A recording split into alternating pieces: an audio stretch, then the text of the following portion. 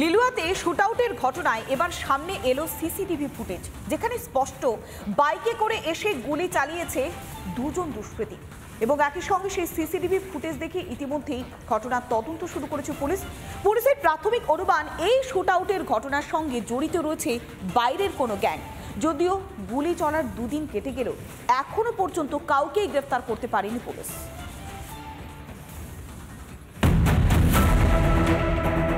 লিলুয়ায় প্রমোটারকে গুলি করে খুনের চেষ্টা, এবার সিসি ক্যামেরার ছবি প্রকাশ্যে আনলো পুলিশ। হাওড়ার লিলুয়ায় সিসিটিভি ফুটেজে দেখা যাচ্ছে প্রমোটার রাজেশ সিংকে দাঁড়িয়ে থাকতে দুষ্কৃতীরা তাকে গুলি করে, সেখানেই লুটিয়ে পড়ে রাজেশ সিং। এই দুষ্কৃতীরা যতটা দেখে মনে হচ্ছে তারা শার্প শুটার, এবং শার্প শুটার যদি হয় পুলিশের কাছে তাদের তালিকা থাকে। কেন এখনো ধরা পড়ছে না এই শার্প শুটাররা? কিন্তু এই ঘটনার পর কেটে গেছে দুদিন। হাওড়া পুলিশ কমিশনারেটের ক্রাইম রেকর্ড দেখে শার্প শুটারদের তালিকা তৈরি করা হয়েছে। সেই তালিকা ধরেই চলছে খোঁজ খবর। 6 এপ্রিল 2024 হাওড়ার লিলুয়ায় শুটআউট, ব্যবসায়ীকে লক্ষ্য করে গুলি।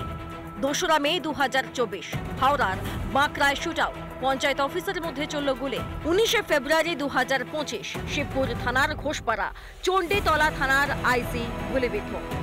যে সোর্স মেনটেন করে সে তাদেরকে মনিটরিং করতে হবে, কি ধরনের বন্দুকবাজ বা ক্রিমিনাল। সোর্স মেনটেন করার যে প্র্যাকটিস, সেই প্র্যাকটিসটাই কিন্তু সবারই মধ্যে নেই। যদি কোনো রকম ক্রাইম হয়ে যায় তাহলে আমি ডিটেক্ট করব, এই মানসিকতা থাকতে হবে। 19 ফেব্রুয়ারি লিলুয়ার গোশালা রোডে আক্রান্ত হন স্থানীয় প্রমোটার রাজেশ সিং। শুটআউটের পর আশঙ্কাজনক অবস্থায় তাকে পাঠানো হয় কলকাতার একটি বেসরকারি হাসপাতালে।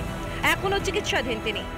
অস্ত্র থাকবে, অস্ত্র উদ্ধার যেটা হচ্ছে সেটা তো ভাঙা রিভলভারও বলা যায় না, ওয়ান শটার।